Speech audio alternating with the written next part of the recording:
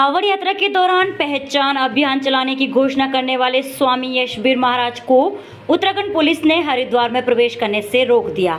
उन्हें उत्तर प्रदेश उत्तराखंड की सीमा पर नारसन चेक पोस्ट पर ही रोक दिया गया, जिससे उनके समर्थकों और पुलिस के बीच गहमा गहमी का माहौल बन गया।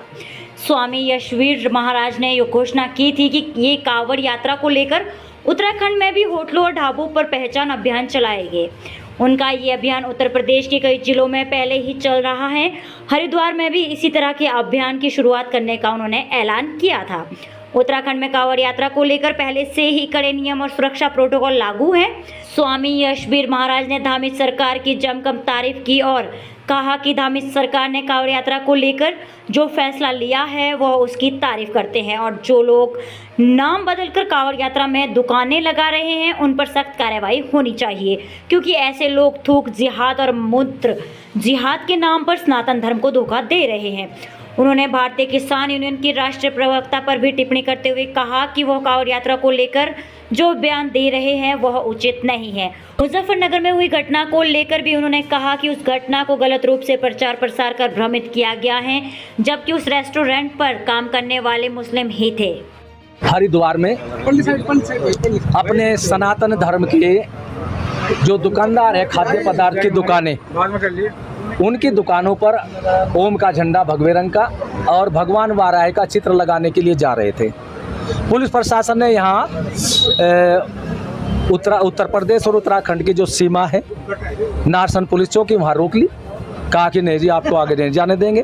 तो हम यहाँ बैठ गए, तो बता दिया भाई हम तो इसलिए जा रहे हैं कि लिए नहीं जाने दिए जाएंगे। तो फिर मैंने तो पुलिस प्रशासन से यही पूछा है कि भगवान वाराह का चित्र लगाना, भगवा झंडा लगाना यदि अपराध हो तो मीडिया वाले आ रहे हैं, इनको बता दे भाई अपराध है तो हम वापिस चले जाएंगे, और नहीं अपराध है तो अपनी भारत की संस्कृति का प्रचार करना और अपने सनातन धर्म के लोगों को शुद्ध भोजन कराना, अशुद्ध भोजन से हटाना, जो थूकने मूत्र करने वाला जिहादी गैंग है उनके षड्यंत्रों से बचाना, ये हमारा परम कर्तव्य। हम सन्यासी हैं। हमारे उत्तराखंड के जो मुख्यमंत्री है माननीय श्री पुष्कर धामी जी, बस उनको तो मैं यूँ कहता हूँ करोड़ों करोड़ों का अरबों धन्यवाद देता हूँ, साधुवाद देता हूँ कि उन्होंने जो कार्य किया है निडर होकर के, ये उनके अंदर भारत की संस्कृति बोलती है और उनके रक्त की हर बूंद के अंदर ऋषियों का खून बोलता है। तो उन्होंने जो कार्य किया है कि जो भी इस तरह नाम छिपा करके खाद्य पदार्थ की दुकान चलाएगा उसको 2 लाख का जुर्माना देना पड़ेगा और जेल भी खानी पड़ेगी। तो मैं सारे देश के सारे ही प्रदेशों के मुख्यमंत्री को कहना चाहता हूं कि ये प्रेरणा का कार्य है उत्तर प्रदेश के उत्तराखंड के मुख्यमंत्री श्री धामी जी का, उनसे प्रेरणा लेकर के आप भी अपने प्रदेशों में ऐसी घोषणा करते हैं। वो नरेश टिकैत जी ने कहा है कि ये कावड़ वाले या ये डाक कावड़ वाले ये हुड़दंगी है। अब आश्चर्य करिए, अरे अभी तो हुड़दंगी क्या, हमें तो आतंकवादी कहा गया, हमें गुंडे कहा गया और हमें तो आज एक चैनल वाला पाखंडी भी कह रहा था। तो ऐसे लोगों से हमारा वो नहीं कहना, लेकिन उत्तर दिया जाएगा। लेकिन नरेश टिकैत ने जो ये कहा है गलत कहा है। भारत की संस्कृति पर और कांवड़ यात्रा पर सीधा सीधा प्रहार है और कह रहे हैं ऊंची आवाज में न बजाए। क्यों ऊंची आवाज में क्या मतलब है? कह रहे इससे हार्ट अटैक वाला होता है। अरे सनातन धर्म के नाम पर जब रेडियो बजती है, डीजे बजते हैं, तब लोगों के पेट में दर्द होता है और लोगों को हार्ट अटैक की होती है। और जब दिन में 5 बार नमाज की आवाज ऊंचे स्वर में आती है, किसी के पेट में दर्द नहीं होता, किसी का हार्ट अटैक नहीं होता।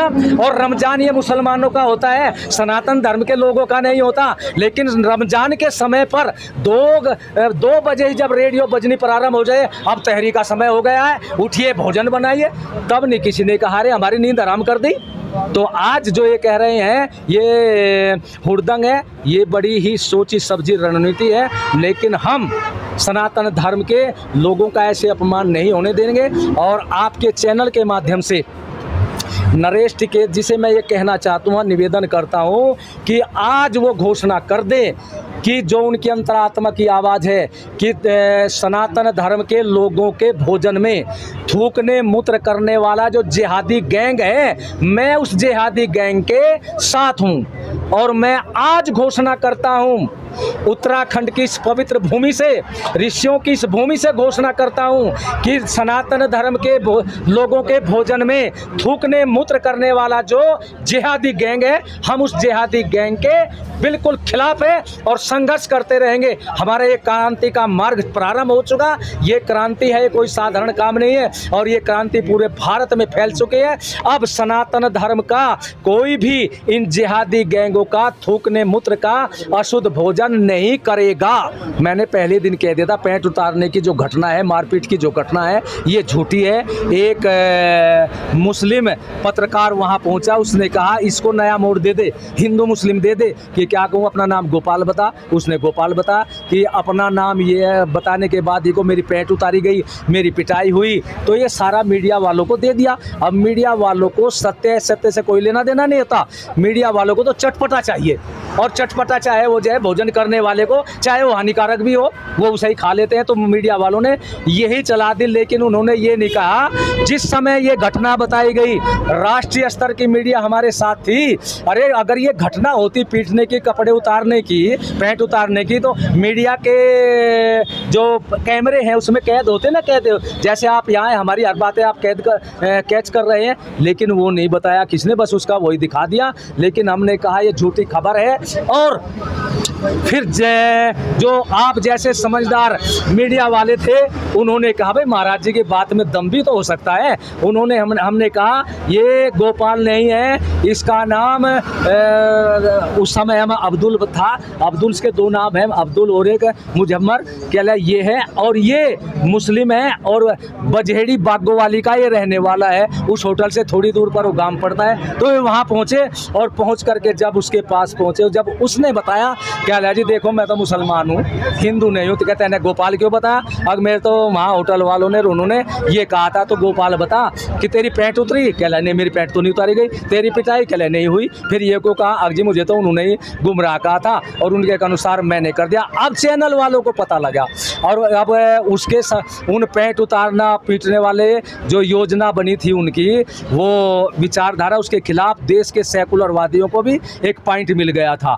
और वे भी हमारे खिलाफ अनर्गल, हमें गुंडा, कोई आतंकवादी। और मैं यूँ कहता हूँ जो ओवैसी जैसा, वो खुद गुंडा है, वो आतंकवादियों का समर्थक है। और मैं कहना चाहता हूं कि जो ओवैसी संसद के भवन में जय फिलिस्तीन का नारा बोलता हो, भारत की सरकार से पूछे या इन कानून से या मीडिया वालों से पूछे वो क्या है, आज तक वो इसीलिए फिर रहा है और वो हमें आतंकवादी कह रहा है। अब सब मीडिया वालों से मैं कह रहा है, अब उससे जा कर के पूछो कि तैने बिना जांच किए पैंट उतारने वालों का कहने का समर्थन क्यों किया? अब उनसे पूछना चाहिए। आप जब तक पता नहीं लगता, अब तक सबको यही पता था ये शिव ढाबा, ये कृष्ण ढाबा, ये हनुमान ढाबा, ये गणपति ढाबा, अब ये हमारे सारे ही हैं। लेकिन जब मीडिया वालों ने, भाई मीडिया का ज़माना है, उन्होंने सारा जब देखा तब पता लगा, तब समाज के सनातन धर्म के लोग आगे आए। और नहीं पता लगता तो मैं तो बल्कि ये कहना चाह रहा हूँ भारत सरकार से कि पता नहीं कब तक इन्होंने इस तरह का थूकने मुतने का जो जिहादी गैंग है, सनातन धर्म के लोगों को भोजन में खिला करके धर्म भ्रष्ट किया है। इनकी सारी खबर वो पहले तक की ली जाए और इनको भारी सज़ा मिले, जिससे कि इस प्रकार से आगे न कर पाए।